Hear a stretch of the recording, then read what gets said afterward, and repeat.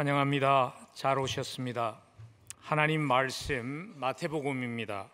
마태복음 24장 44절부터 51절까지 우리 봉독하기로 하겠습니다.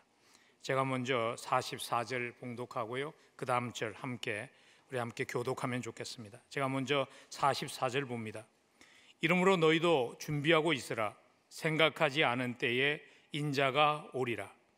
충성되고 지혜 있는 종이 되어 주인에게 그 집 사람들을 맡아 때를 따라 양식을 나눠줄 자가 누구냐? 주인이 올 때에 그 종이 이렇게 하는 것을 보면 그 종이 복이 있으리로다. 내가 진실로 너희에게 이르노니 주인이 그의 모든 소유를 그에게 맡기리라.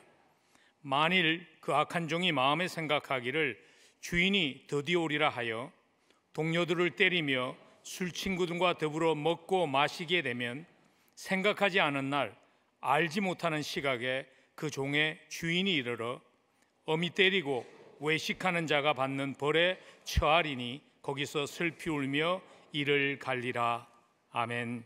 하나님의 말씀입니다. 오래전에 어떤 분이 저에게 그런 말씀을 해주셨습니다. 신문을 볼 때 뭘 먼저 보는가에 따라서 그 사람의 수준을 알 수 있다고 그러시더라고요. 그래서 그분은 말씀하시기를 가장 수준 높은 사람이 사회난이나 문화난을 보며 신문을 보는 사람이고, 제일 수준이 낮은 사람이 만화와 스포츠를 보는 사람이라고.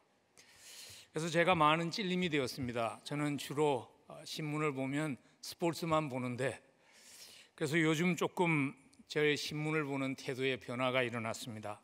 수준이 좀 향상되어서 그런지는 모르겠지만요, 요즘은 이렇게 기고한 글들, 그러한 산문들과 시들이 제 눈길을 끌 때가 참 많이 있습니다.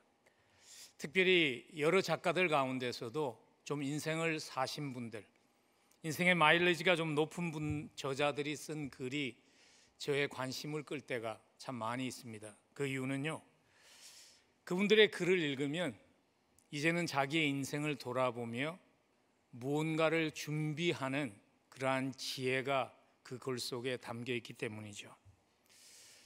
사람이 그런 것 같아요.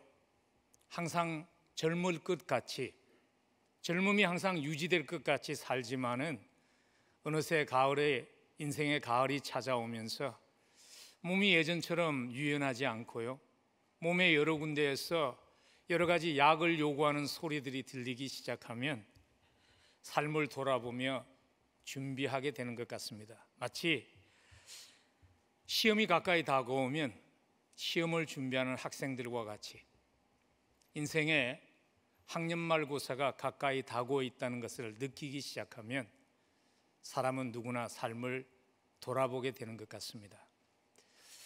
여러분들은 어떻게 사십니까? 준비하며 사십니까?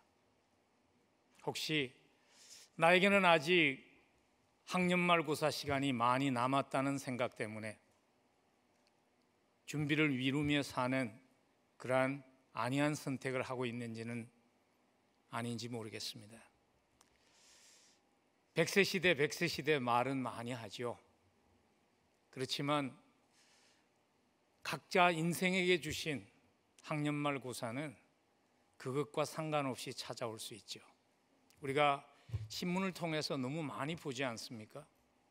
한국에서 지난주에 있었던 대낮에, 그것도 도심지에서 길을 가다가 삶을 마친 사람의 얘기, 미국에서 끊임없이 나오는 그러한 총기로 인한 삶의 마지막에 대한 소식들, 삶을 좀 준비하며 살아야 하지 않겠습니까? 오늘 우리에게 주시는 예수님의 말씀의 핵심이 바로 그것입니다. 준비하면서 살라는 것입니다. 오늘 본문이 24장에서 전반부에서 이렇게 시작되거든요. 이스라엘 사람들의 자부시험이었습니다. 아름다운 성전을 보고 나오면서 제자들이 탐복할 때 예수님께서 이런 경고를 하십니다.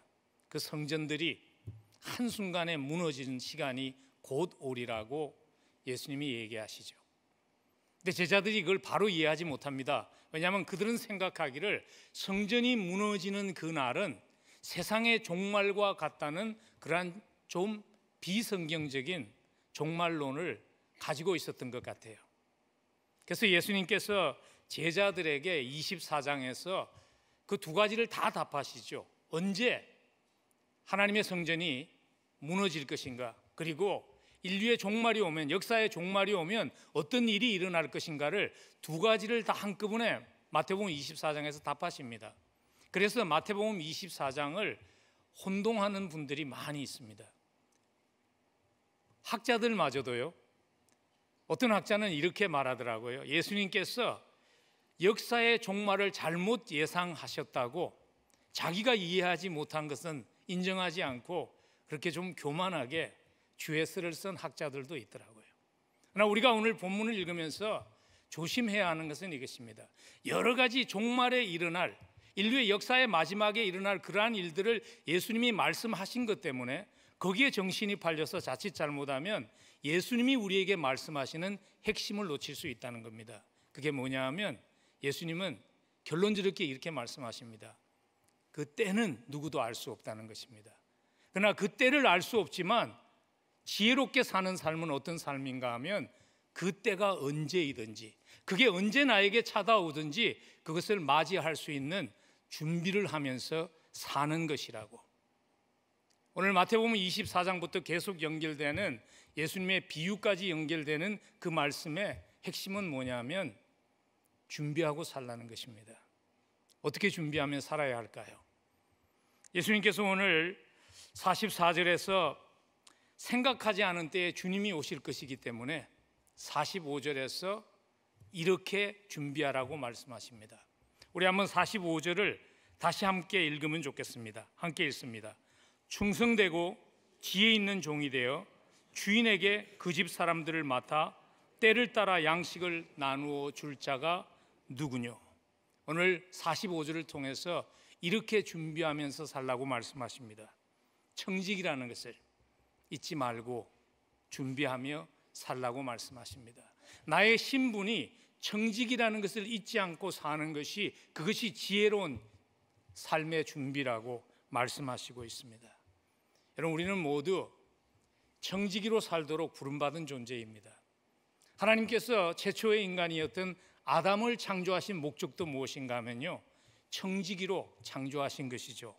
창세기 1장 26절에 보면 하나님이 이르시되 우리의 형상을 따라 우리의 모양대로 우리가 사람을 만들고 그들로 바다의 물고기와 하늘의 새와 가축과 온 땅과 땅에 기는 모든 것을 다스리게 하자 하시고 창조하셨습니다. 하나님의 창조 세상을 다스리는 청지기로 아담을 창조하셨지만 아담이 어느 순간에 자기의 역할을 혼동하죠.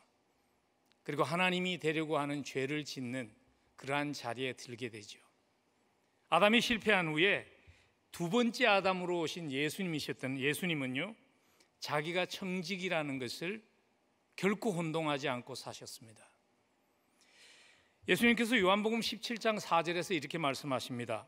아버지께서 내게 하라고 주신 일을 내가 이루어 아버지를 이 세상에서 영화롭게 하였습니다. 그렇게 말씀하십니다. 예수님은 아셨죠? 내가 이 땅에 온 것은 내가 하고 싶은 일을 하기 위해서 온 것이 아니라 하나님의 일을 위해서, 하나님의 계획을 이루기 위한 청지기로 왔고 그것을 통해서 하나님은 영광을 받으셨습니다 하는 고백을 예수님은 하셨습니다. 하나님의 말씀을 읽으며 하나님을 미소 짓게 했던 사람들의 삶을 보면요, 한 가지 공통점이 있습니다. 그게 뭐냐면 자기가 청지기라는 사실을 잊지 않고 산 사람들입니다. 그 대표적인 한 예가 하나님의 마음에 합한 종이라는 영광스러운 부름을 받았던 다윗이 그 대표적인 한 사람이죠. 그의 고백 우리 한번 함께 읽으면 좋겠습니다. 역대상 29장 14절 함께 읽습니다. 나와 내 백성이 무엇이기에 이처럼 즐거운 마음으로 드릴 힘이 있었나이까? 모든 것이 주께로 말미암았사오니 우리가 주의 손에서 받은 것으로 주께 드렸을 뿐이니이다. 다윗이 하나님의 성전을 지으면서 많은 것을 드렸잖아요. 이스라엘 백성들이 드렸습니다. 근데 그가 알았습니다. 하나님, 우리 것을 하나님께 드린 것이 아니라 하나님이 우리에게 관리하라고 주신 것을, 우리가 그것을 하나님 것인 줄 알기에 하나님의 목적에 합당하게 드렸습니다. 그 고백 속에는 다윗은 자기가 주인이 아니라 청직이라는 것을 인식하면서 살았다는 것을 얘기해 주죠. 오늘 마태복음 24장의 45절과 46절도 보면요, 그거 잊지 말라는 겁니다. 충성되고 지혜 있는 종이 되어 주인에게 그 집 사람들을 맡아 때를 따라 양식을 나눠줄 자가 누구냐? 주인이 올 때에 그 종에 이렇게 하는 것을 보면 그 종이 복이 있으리라. 계속 반복되는 단어가 그거죠. 종이라는 단어죠. 우리가 주인이 아니라는 것입니다. 여러분, 우리는 주연이 아닙니다. 하나님의 무대에서 하나님이라는 주연을 빛내기 위해서 세워진 조연들입니다. 우리는 청지기입니다. 근데 우리가 청지기의 역할을 잘 감당하려면요, 한 가지 꼭 이해하고 확신해야 할 중요한 원리가 하나 있습니다. 그게 뭐냐 하면 우리는 나눔을 통해서 부요하게 된다는 것입니다. 하나님이 우리의 인생을 풍요롭게 하는, 풍성하게 하는 방법은 움켜짐이 아니라 나눔이라는 것입니다. 여러분, 청지기의 역할은 나누어 주는 겁니다. 왜 하나님께서 우리로 하여금 청지기의 삶을 살기를 원하시는가 하면 우리의 삶이 풍성한 삶이 되게 하시기를 원하기 때문입니다. 근데 우리의 인간적인 논리로는 잘 맞지를 않잖아요. 왜냐하면 나눔이라는 것은 뺄셈입니다. 무엇을 나누어 준다는 것은 줄어드는 것이지 그게 더 풍성하게 되는 것이 아닙니다. 근데 왜 하나님께서는 나눔이 우리의 인생을 풍성하게 한다고 말씀하실까요? 그 이유는 무엇인가 하면요, 삶을 풍성하게 하는, 삶을 더 부요하게 하는 부요에는 두 가지의 다른 부요가 있기 때문입니다. 하나는 소유의 부요라는 것이 있고요, 또 하나는 존재의 부요라는 것이 있습니다. 예일대학교 신학교수인 밀로슬라브 볼프 교수가 이 두 가지를, 부요함을, 그 특징을 잘 설명했습니다. 제가 잠시 인용하겠습니다. 소유의 부요란 외적인 환경상의 부요함이고, 존재의 부요란 마음이 느끼는 풍성함을 말하는 것입니다. 한마디로 말해서 인생을 풍성하게 만드는 것은 우리의 외적인 환경만을 화려하게 만드는 소유의 부요함이 아니라 우리의 속사람을 풍성하게 만들어주는 존재의 부요함이라는 것이 우리를 풍성한 인생을 살게 한다는 것이죠. 여러분, 어쩌면 또 이런 생각이 드실 수 있을 것 같아요. 그런 말은 배부른 사람이 하는 그러한 개똥 철학이라고. 근데 여러분, 잊지 마십시오. 사람은 하나님이 의도하신 대로, 하나님이 창조하신 대로 살 때 의미와 만족과 풍성함을 누리며 살도록 만들어진 존재입니다. 우리는 소유의 부요가 아니라 존재의 부요함을 느끼기 시작할 때, 그것을 경험할 때 풍성한 삶을 살도록 만들어진 존재입니다. 아주 재미있는 실험을 20세기에 영향력 있는 심리학자라고 하죠, 마틴 셀리그만이라는 교수가 한 적이 있습니다. 기독교 대학이 아닙니다. 일반 학교입니다. 일반 학교에서 학생들에게 숙제를 주었습니다. 구제 활동과 오락 활동을 한 가지씩 해보고 비교를 해서 리포트를 내라는 것이었습니다. 친구들과 어울리고 영화 보고 아이스크림 먹고 맛집 가고 하는 그것을 하고 나서 자기가 경험한 것을 쓰고, 그리고 그것과 비교해서 남에게 친절을 베푸는 그러한 구제 활동을 했을 때 자기의 그 경험을 비교해서 리포트를 쓰라는 것이었어요. 근데 놀랍게도요, 학생들이 다 기독교인이 아닙니다. 똑같은 결론이 나왔습니다. 구제 활동이 훨씬 자기들의 인생을 풍요롭게 하고 만족스럽게 했다는 결과가 나온 것이지요. 왜냐하면 하나님이 우리를 그렇게 창조했기 때문입니다. 하나님께서 우리를 부르시면서요, 우리로 하여금 청지기로 살아가기를 원하는 이유가 그것입니다. 청지기로 살 때 우리는 삶의 풍성함을 느끼며 살 수 있기 때문입니다.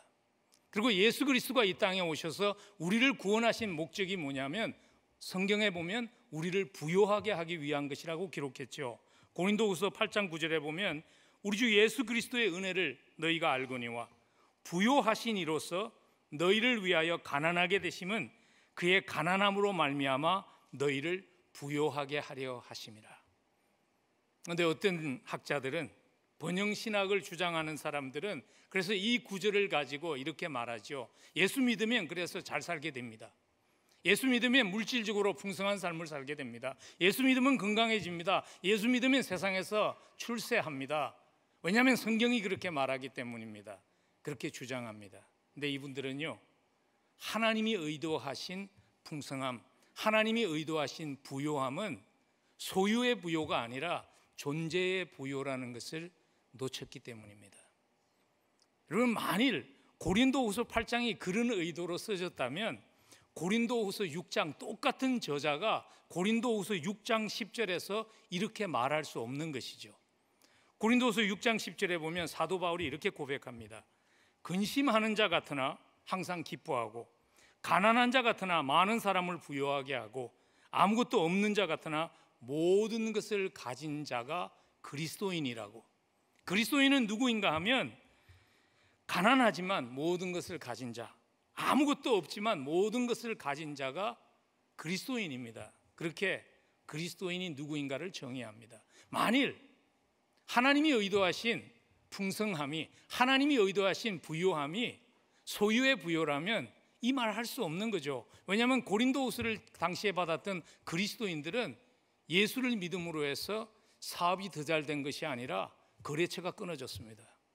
예수를 믿음으로 해서 직장에서 잘리기도 했습니다. 삶이 더 어려워졌습니다. 그럼에도 불구하고 오늘 사도 바울은 그리스도인은 아무것도 없으면서 모든 것을 가진 부요함을 누리는 사람입니다라고 감히 고백할 수 있는 이유가 무엇인가 하면 우리에게는 진정 우리의 인생을 풍성하게 하는 존재의 부요를 그러한 과정을 통해서 경험하게끔 하나님이 계획하셨기 때문입니다.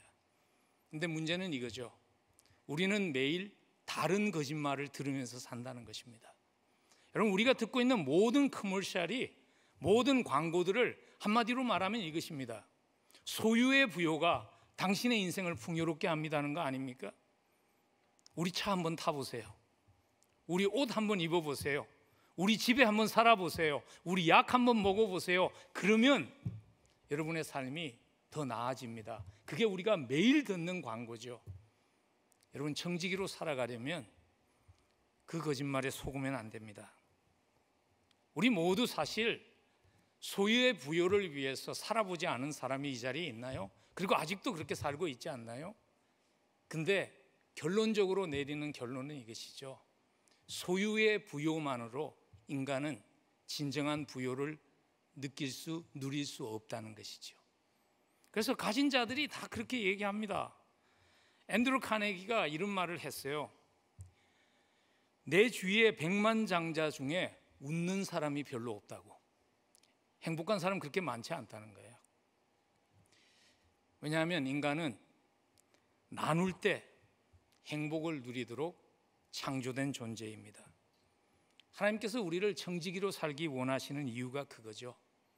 그래서 그 원리를 한마디로 잘 요약한 말씀이 잠언서 11장 24절입니다. 우리 한번 함께 읽을까요?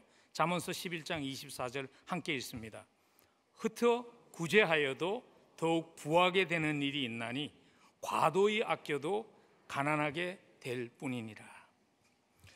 유진 피를슨 목사님이 자기의 번역본이죠, 그죠? 메시지에서 잠언서 11장 24절을 이렇게 해석을 했어요.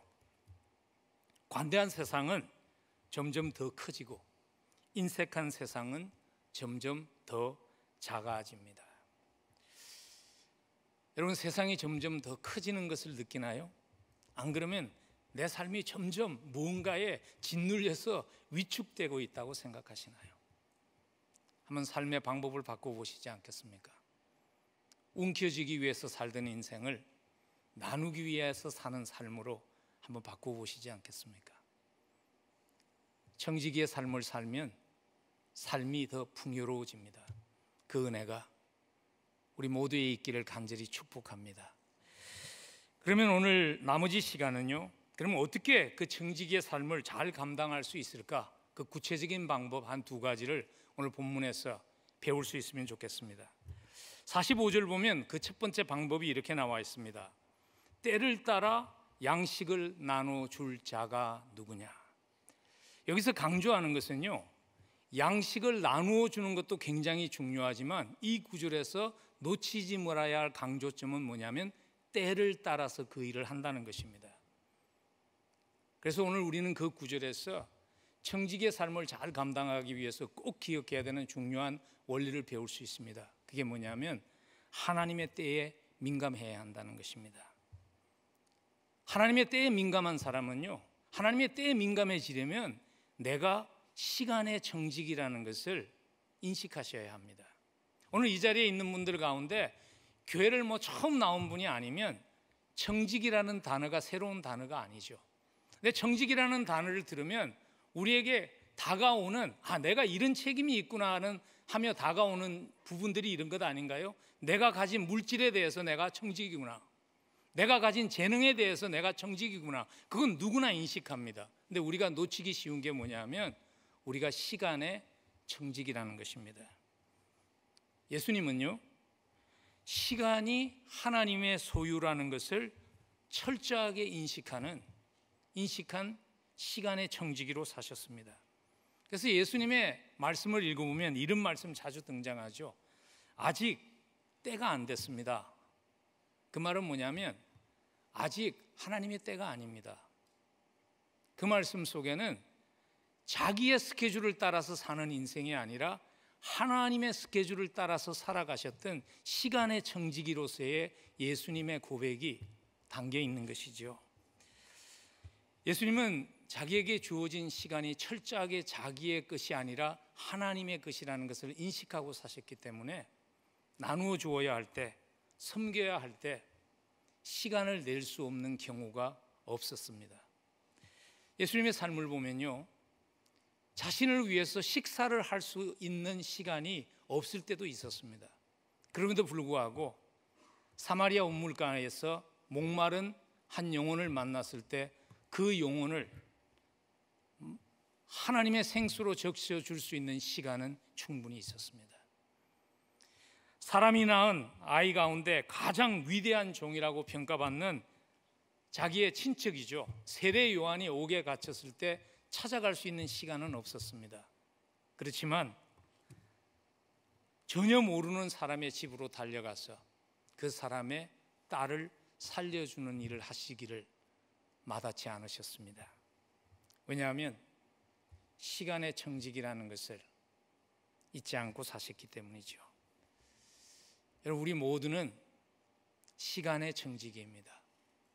하나님 앞에 설 때 하나님은 우리에게 왜 위대한 일을 하지 못했느냐 우리를 책망하시지 않습니다. 왜냐하면 각자에게 주어진 달란트가, 각자에게 주어진 분량이 다 다르기 때문입니다. 그러나 하나님 앞에 섰을 때요, 주어진 시간을 어떻게 사용했는가는 아마 책임을 물으실 것 같아요. 왜냐하면 누구에게나 동등한 시간이 주어졌기 때문입니다. 여러분들에게 주어진 하루라는 시간이 24시간이잖아요. 하루를 40시간으로 배당받은 사람은 없습니다. 1년은 365일로 모두에게 공정하게 주어졌습니다. 그래서 하나님 앞에 우리가 똑같은 시간이 주어졌는데 그 시간을 어떻게 사용했는가 하는 책임이 있는 것이죠. 그래서 하나님의 사람 모세가 이렇게 기도하지 않았습니까? 시편 90편 12절에서 우리에게 우리 날 계수함을 가르치사 지혜로운 마음을 얻게 하소서.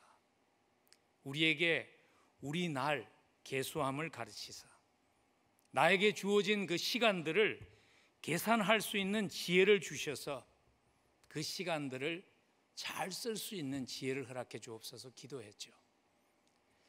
여러분, 우리에게 주어진 시간을 잘 관리하는 시간의 청지기로 살아야 합니다. 그러기 위해서 꼭 기억하십시오.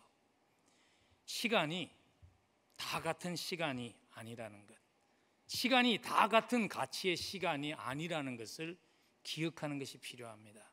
오늘 본문에도 보면요, 때를 따라 양식을 나누어 준다고 말씀하셨잖아요.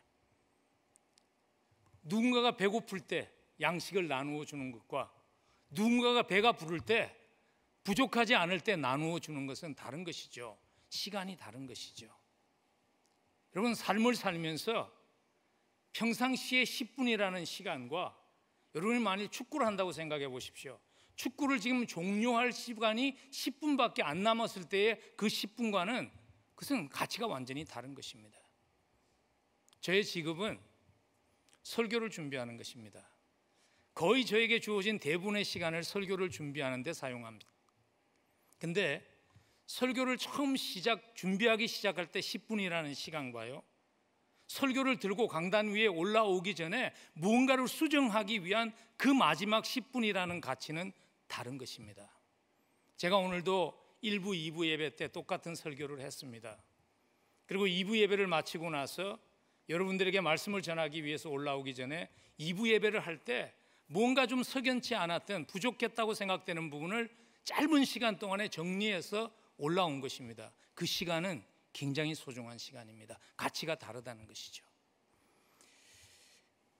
헬라 사람들은요, 시간의 가치가 다 동일하지 않다는 것을 인식하고 살았어요. 그래서 헬라에는 보면 시간을 나타내는 단어가 두 가지가 있습니다. 크로노스라는 단어가 있고 카이로스라는 단어가 있습니다. 저희 교회에서는 선교 훈련을 카이로스 훈련이라고 부릅니다. 그 이유를 제가 잠시 이따가 설명하겠지만, 그래서 카이로스라는 의미에 대해서는 익숙한 분들이 많죠. 크로노스의 시간은 어떤 시간인가 하면요, 크로노스는 헬라 신화에 나오는 한 신의 그 이름에서 따온 것입니다. 그 신이 어떤 신인가 하면요, 항상 개걸스럽게 닥치는 대로 먹지만 결코 만족을 느끼지 못하는, 포만감을 느끼지 못하는 신이 크로노스였어요. 그래서 크로노스의 시간은 본능적인 욕심을 따라가는 시간입니다. 열심히 무엇인가는 하기는 하지만 내 삶에 의미를 가져다 주지 못하는 그 시간이 크로노스의 시간입니다. 근데 카이로스의 시간은요, 목적으로 충만한 시간입니다.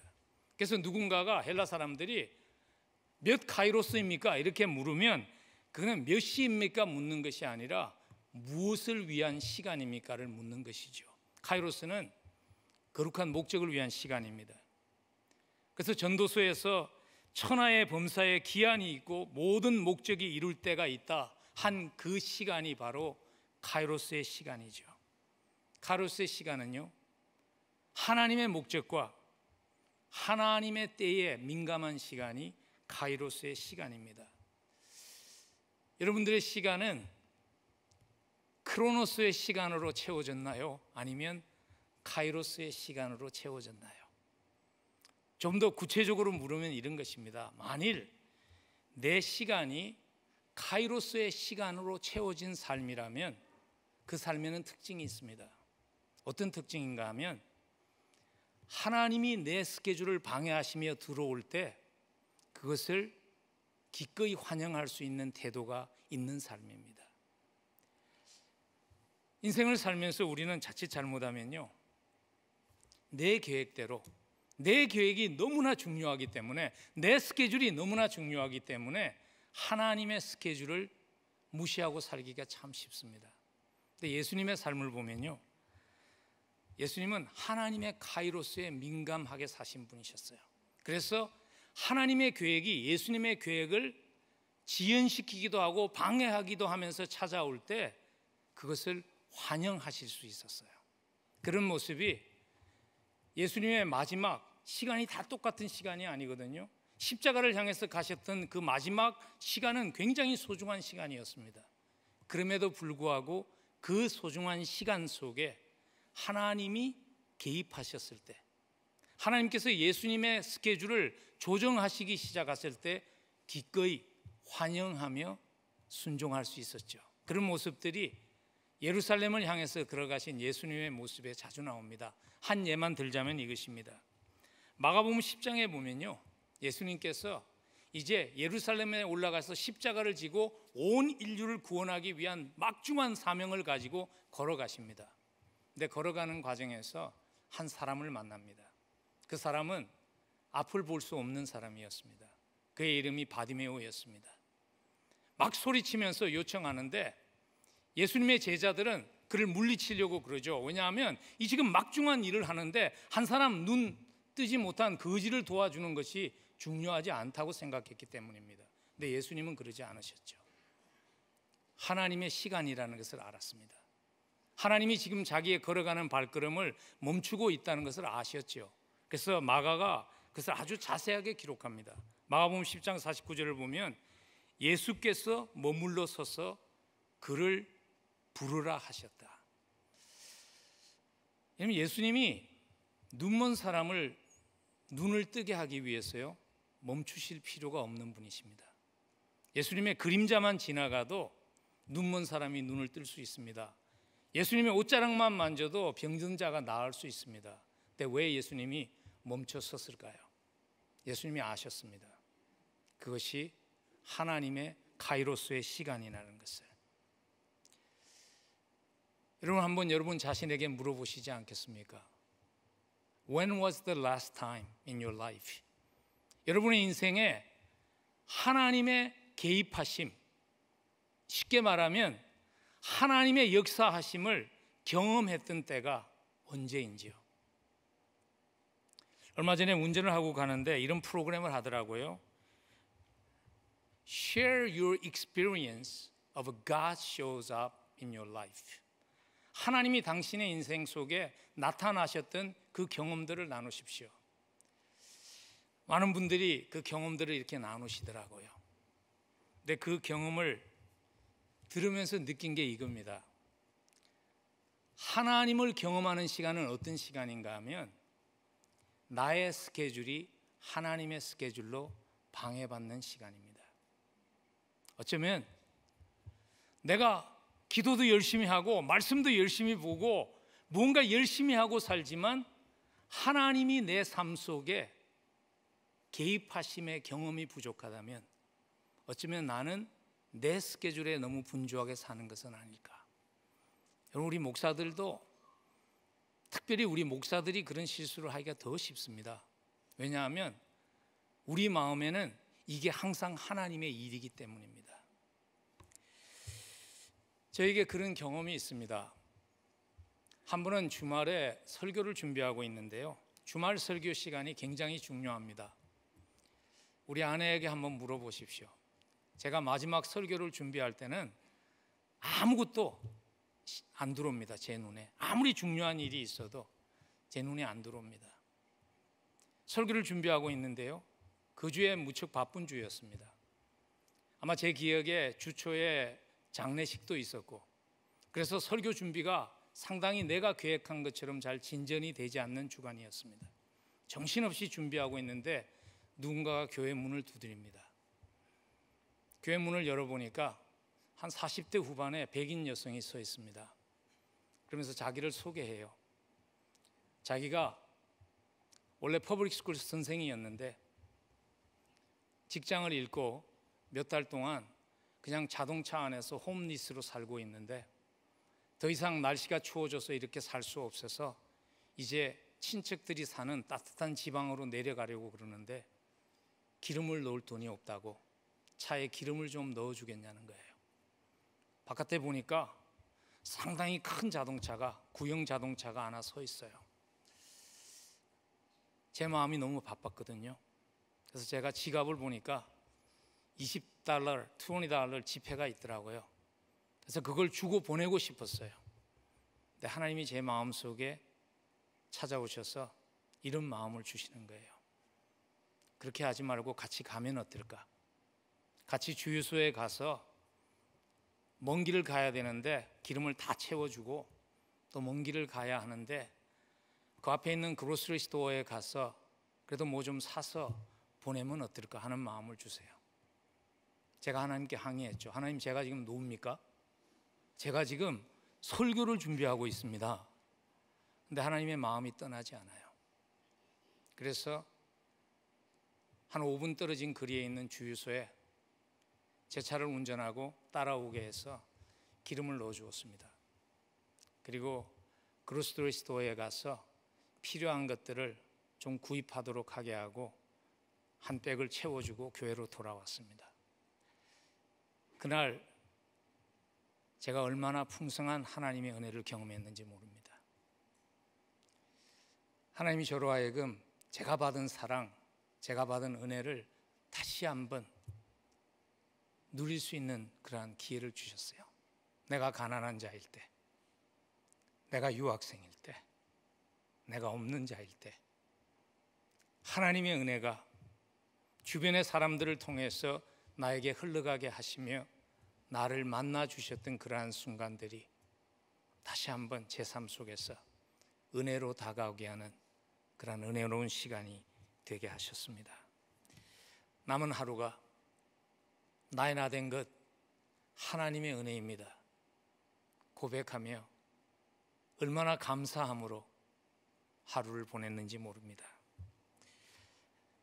여러분 어떻게 사십니까? 하나님의 때에 민감하게 사십니까? 아니면 너무 내 계획이 하나님의 계획보다 더 중요해져서 그냥 분주하게 살고 있는 것만은 아닌지요?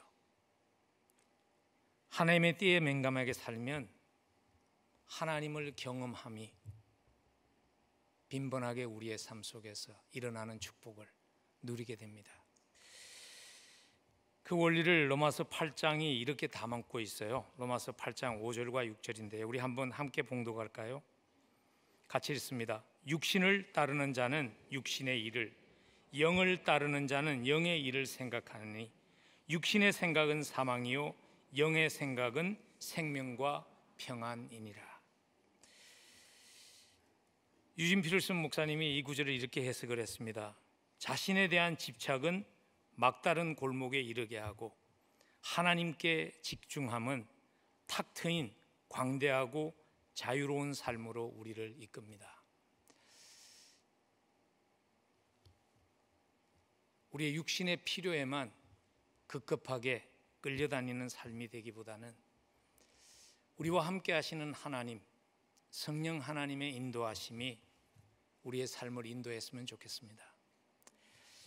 시간의 정지기로 산다는 것은요, 하나님의 때에 민감하게 사는 것입니다.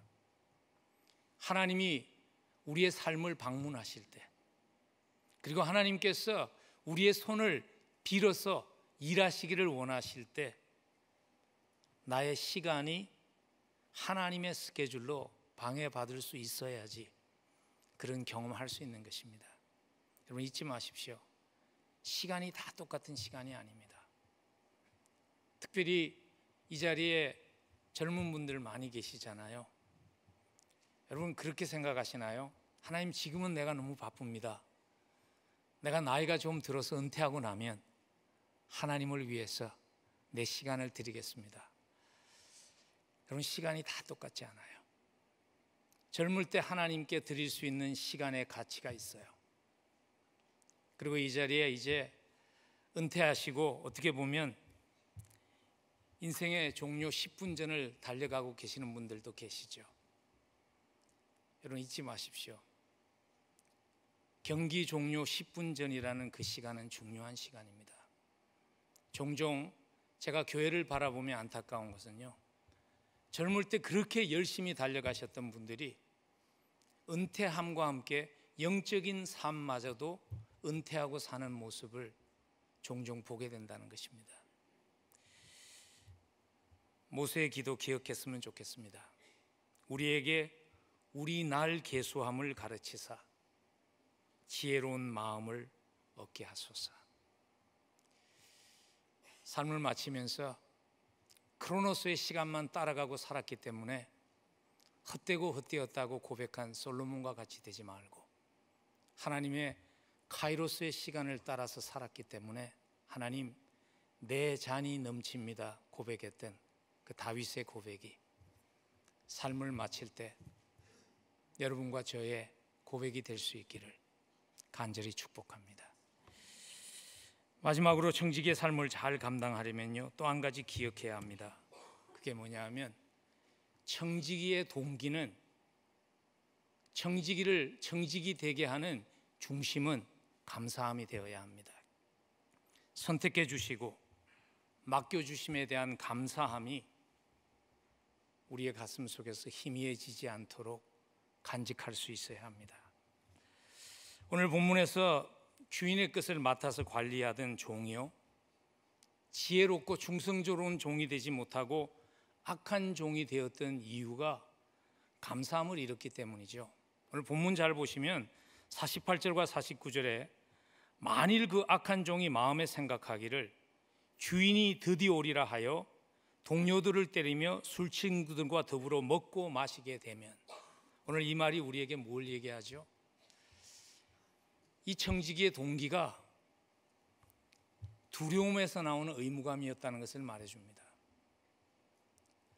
잘 살았습니다, 열심히. 그래도 주인이 언제 올지 모르니까, 주인이 오면 결산을 해야 되니까 그 두려움에서 오는 의무감 때문에 열심히 살다가 어느 순간에 이런 소식을 들은 거죠. 아마 친구가 말해줬는지 모르죠. 내가 들었는데 지금 당신 주인이 오는 스케줄이 좀 지연됐어. 못 온대. 무슨 일이 있어서 시간이 좀 있어. 그 소리를 듣고 나서 이 사람의 삶의 모습이 변한 거죠. 주인이 더디 오리라는 소식을 듣고 나서 그 이후부터 청지기의 모습이 자기에게 주어진 청지기의 고난을 남용하는 모습으로 변한 것이죠.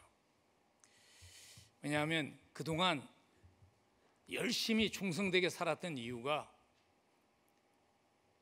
두려움에서 나온 의무감이었기 때문이죠. 여러분, 삶을 드라이브하고 있는 그 동력이 두려움이면, 두려움에서 나오는 의무감이면 그것은 계속 지속될 수 없습니다. 청지기의 삶은요, 청지기의 삶을 살게 하는 동기는, 그 중심은 감사함이어야 합니다. 저는 이제 담임 목사로서의 목회는 거의 이제 마무리하는 마지막 랩을 돌고 있는 시간에 서 있습니다. 제가 이 교회에 온 지가 32년이 넘었거든요. 제가 목회자의 삶을 살면서 저로 하여금 감사함을 잃지 않게 한 가지 이유는 이것입니다. 하나님께서 나보다 훨씬 탁월한 사람들이 많은데 하나님이 선택하셨으면 더 많이 하나님을 위해서 일할 수 있는 그러한 탁월한 사람들이 많음에도 불구하고 나를 써주셨다는 것에 대한, 나를 선택해 주셨다는 것에 대한 감사함입니다. 항상 그 감사함이 저에게 있을 때마다 생각나는 친구가 있습니다.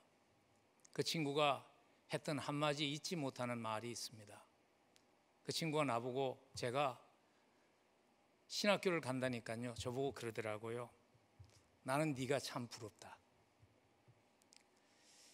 그 친구는 그때 꽤나 이름 있는 공대에서 박사학위를 마무리 짓고 있는 친구였습니다. 근데 무척 하나님을 사랑하는 친구였습니다. 박사 논문을 마무리 지으면서도 항상 후배들이 상담하러 올 때 시간을 내줄 수 있는 하나님의 스케줄에 따라서 사는 친구였습니다. 그리고 그의 마음에 하나님이 부르시면 공학 박사 같은 거 아무것도 아니다, 내려놓고 목회자로 가겠다는 그 마음이 간절하게 있었습니다. 근데 저보고 그러더라고요. 난 정말 가고 싶은데 하나님이 부르지 않아서 못 간다고. 왜냐하면 목회는 자원하는 것이 아니라 부름받는 것이기 때문에. 그러면서 저에게 그렇게 얘기한 겁니다. 나는 네가 참 부럽다. 저는 종종 그래서 생각합니다. 하나님이 왜 그 친구를 부르지 않았을까? 정말 똑똑한 친구인데, 마음도 너무나 바른 친구인데 하나님이 왜 나를 불렀을까?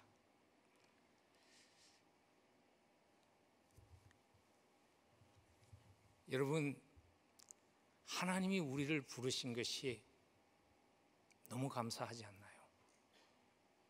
하나님께는 많은 선택이 있었습니다.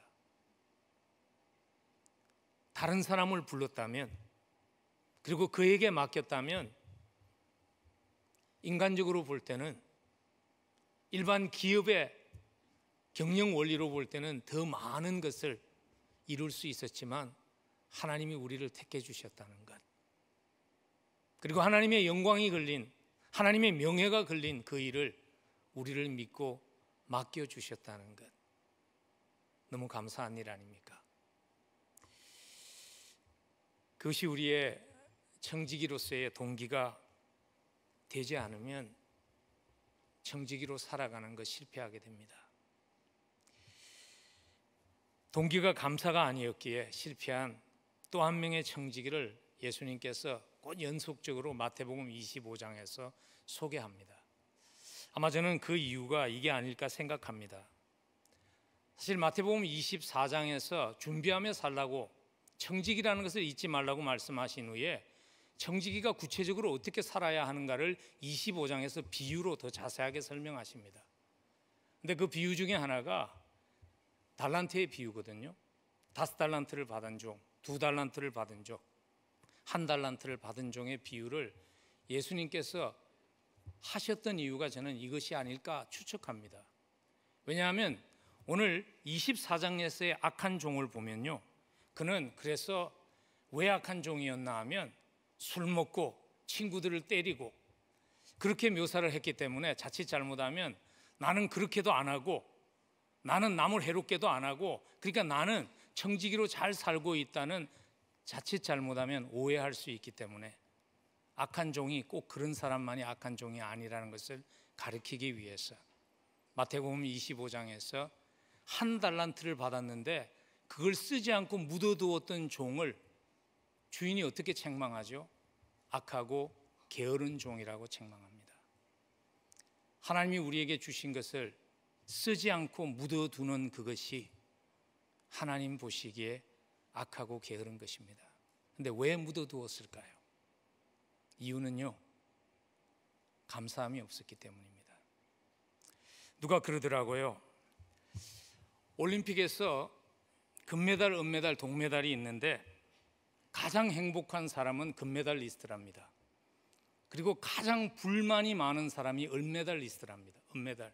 나도 금메달 할 수 있었는데. 그리고 가장 감사하는 사람이 동메달리스트랍니다. 나는 사실 이번에 아무것도 따지 못할 수도 있었는데 땄다는 그 감사함이 있다는 것이죠. 사실 1달란트 받은 종이요, 그 감사함이 있었어야 했습니다. 근데 그 감사함이 없었습니다. 그래서 그 의무감 때문에 두려워서 묻어두게 된 것이죠. 여러분, 1달란트가 작은 액수가 아닙니다. 누가 환산을 했는데 금 1달란트가 요즘 시세로 따지면 한 20억 정도 된다 그래요. 주인이 믿고 20억을 맡겼어요. 여기 사업하시는 분들 많죠? 누가 나에게 믿고 20억 맡겨주면 얼마나 감사할까요? 근데 이 종이 감사하지 않았습니다. 여러분, 한번 우리 자신에게 이 질문을 해보았으면 좋겠습니다. 나는 지금까지 무엇 때문에 신앙생활을 하고 있는가? 나는 지금까지 무엇 때문에 섬기며 살았는가? 혹시 두려움 때문은 아니었나요?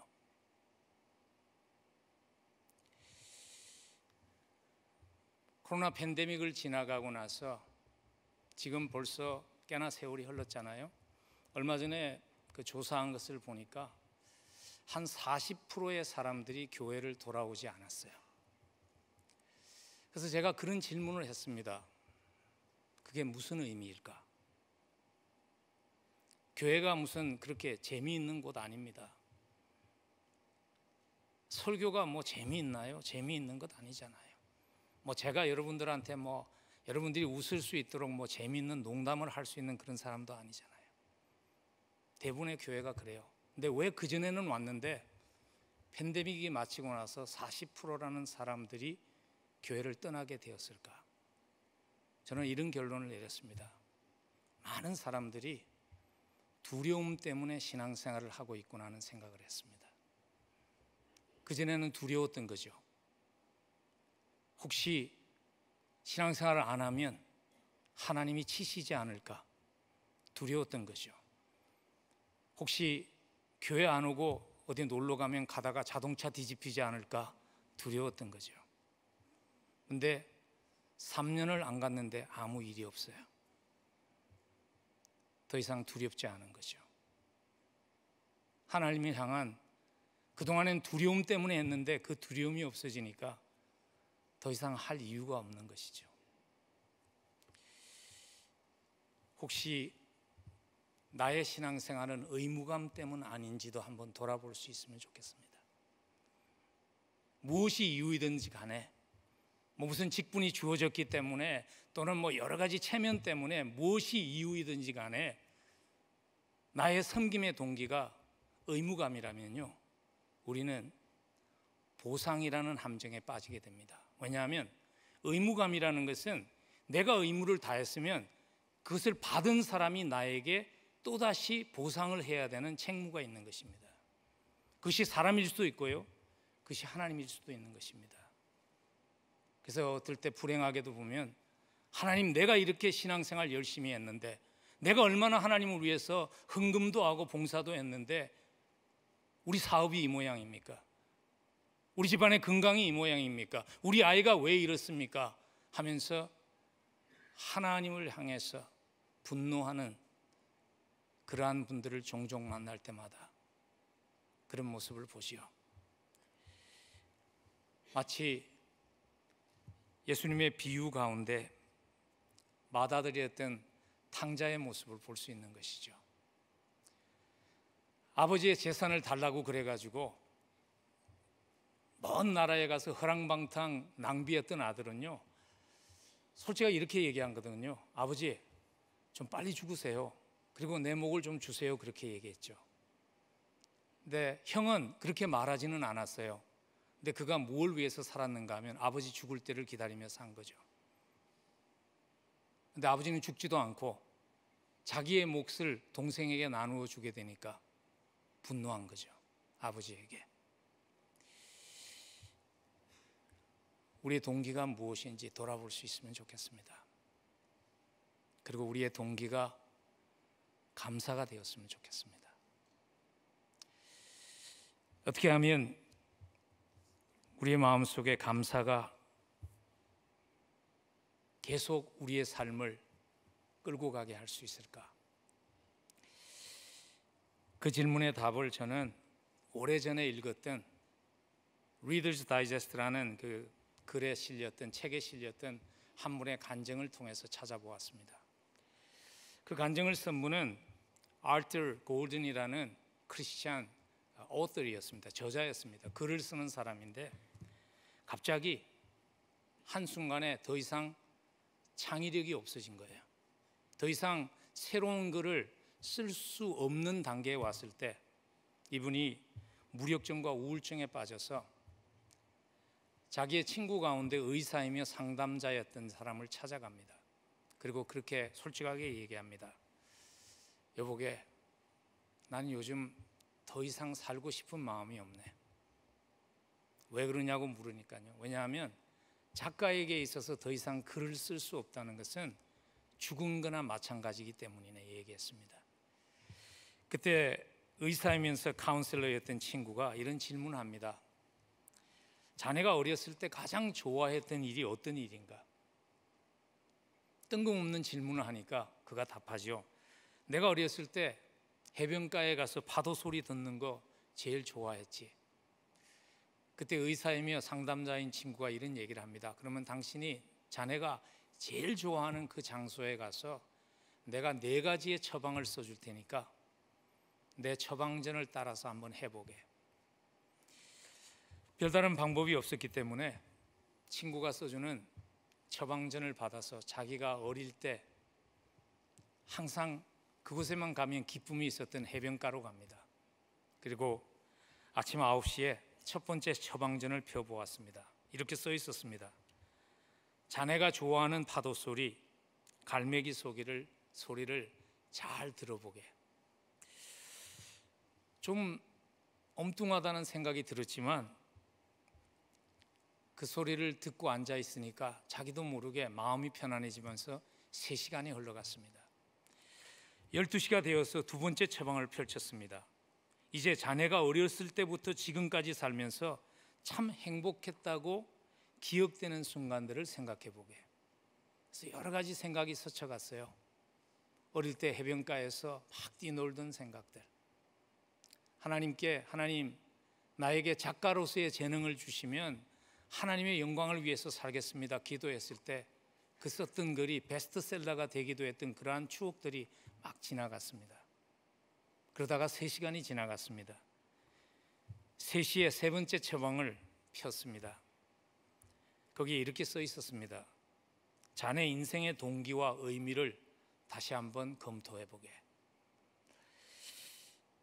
내가 왜 글을 쓰는 일을 했을까 하는 질문을 자기에게 던진 거죠. 깊이 생각해 보니까 자기가 글을 쓰는 이유가 자기 이름을 세상에 알리기 위한, 그리고 출세하기 위한, 그것이 자기가 작가가 된 이유였습니다. 생각이 여기까지 미치니까 마음이 상당히 찹찹해진 거예요. 내가 그리스도인이라고 그러면서 하나님께 기도할 때는 하나님 재능 주시면 하나님 영광 위해서 살겠다고 그래 놓고 의미 없이 내 이름만 날리기 위해서 내가 시간들을 허비하면서 살았구나 하는 생각이 들었습니다.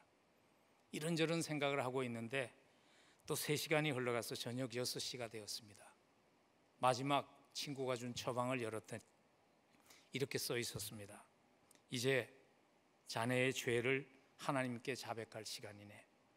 자네가 자백해야 될 죄들을 모래사장에 써보게. 고든이 눈물을 흘리면서 하나하나 모래사장에 썼습니다. 하나님, 내가 하나님과의 약속을 지키지 못했습니다. 하나님은 약속을 지켰는데 나는 약속을 못 지켰습니다. 하나님의 영광을 위해서가 아니라 내 이기심과 욕망과 출세를 위해서 살았습니다. 하나님을 제대로 섬기지 못한 것뿐만 아니라 이웃을 생각조차 하지 않고 살았습니다. 막 써내려가는데 밀물이 되었어요. 그래서 파도가 밀려오더니 자기가 해변가에 선 모든 것들이 한순간에 지워졌습니다. 그 순간에 이 사람이 깨달은 것입니다. 자기가 받은 십자가의 은혜가 무엇이라는 것을. 요한일서 9장이 1장 9절이 생각난 거죠. 만일 우리가 우리 죄를 자백하면 저는 미쁘시고 의로우사 우리 죄를 사하시며 모든 불의에서 우리를 깨끗하게 하시는 사랑의 하나님이 자기가 만난 하나님이라는 것을 알고 그 자리를 딛고 회복되어서 돌아갑니다. 여러분, 우리에게 필요한 모습도 이런 모습 아닐까요? 우리에게 추억이 있습니다. 추억의 장소. 우리에게 추억의 장소는 십자가입니다. 거기로 돌아가야 합니다. 그래야지 감사함을 잊지 않고 살아갈 수 있습니다. 예수님께서 내가 너를 이만큼 사랑하시노라 하셨던 그 십자가로 돌아가야 합니다. 그리고 그 십자가 아래에서 내가 만났던 주님의 음성을 듣는 시간들이 필요합니다. 주님이 이런 말씀을 하신 적이 있죠. 여우도 굴이 있고 공중의 새도 집이 있으되 인자는 머리 둘 곳이 없도다. 우리는 사실 주님보다 더 많은 것을 누리고 있으면서도 왜 예수님 따라가는 것이 이것밖에 안 되지? 그렇게 불평하며 살고 있는 것은 아닐까요? 부요하신 분이 가난하게 되시면 우리를 부요케 하기 위해서 모든 것 주셨는데 우리가 그 사랑이 당연해진 것은 아닐까요? 의인을 위해서 죽는 자가 쉽지 않고 선인을 위하여 용감히 죽는 자가 혹 있거니와 우리가 아직도 죄인 되었을 때에 그리스도께서 우리를 위하여 죽으심으로 하나님께서 우리에 대한 자기의 사랑을 확정하셨느니라. 우리가 이만큼 사랑받은 자입니다. 여러분 혹시 잊고 살고 있지는 않으신지요? 이미 가장 좋은 것 받았는데 받은 것 없다고 불평하며 살고 있는 것은 아닌지요? 십자가 앞으로 돌아오면 좋겠습니다. 그리고 그렇게 기도할 수 있으면 좋겠습니다. 하나님, 수많은 사람들 가운데 나를 믿어주시고 하나님의 영광이 달린, 하나님의 명예가 달린 그 소중한 일을 내가 살아낼 수 있도록 나를 택해 주신 것 감사합니다 하는 그 기도가 살아날 수 있기를 간절히 축복합니다. 기도하겠습니다. 이제는 우리의 소망이시며 우리의 모든 것인 우리 주 예수 그리스도의 이름과 죄인을 자녀 삼아 주신 그 하나님 아버지의 무한하신 사랑하심과 함께 하시며 감사 잊지 않고 살아갈 수 있도록, 하나님을 경험하며 살아갈 수 있도록 함께 해주시는 성령님의 역사하심이, 하나님, 많은 사람들 중에 하나님의 자녀로 삼아주신 것 감사합니다. 많은 사람들 중에 하나님을 섬기는 종으로 불러주신 것 감사합니다. 그 고백을 가지고 보냄의 현장으로 돌아가는 사랑하는 성도들의 사무회와 그들의 가정과 그들의 생업과 그리고 하나님의 몸된 교회 위에 지금부터 영혼까지 함께 하시옵기를 간절히 축원하옵나이다. 아멘.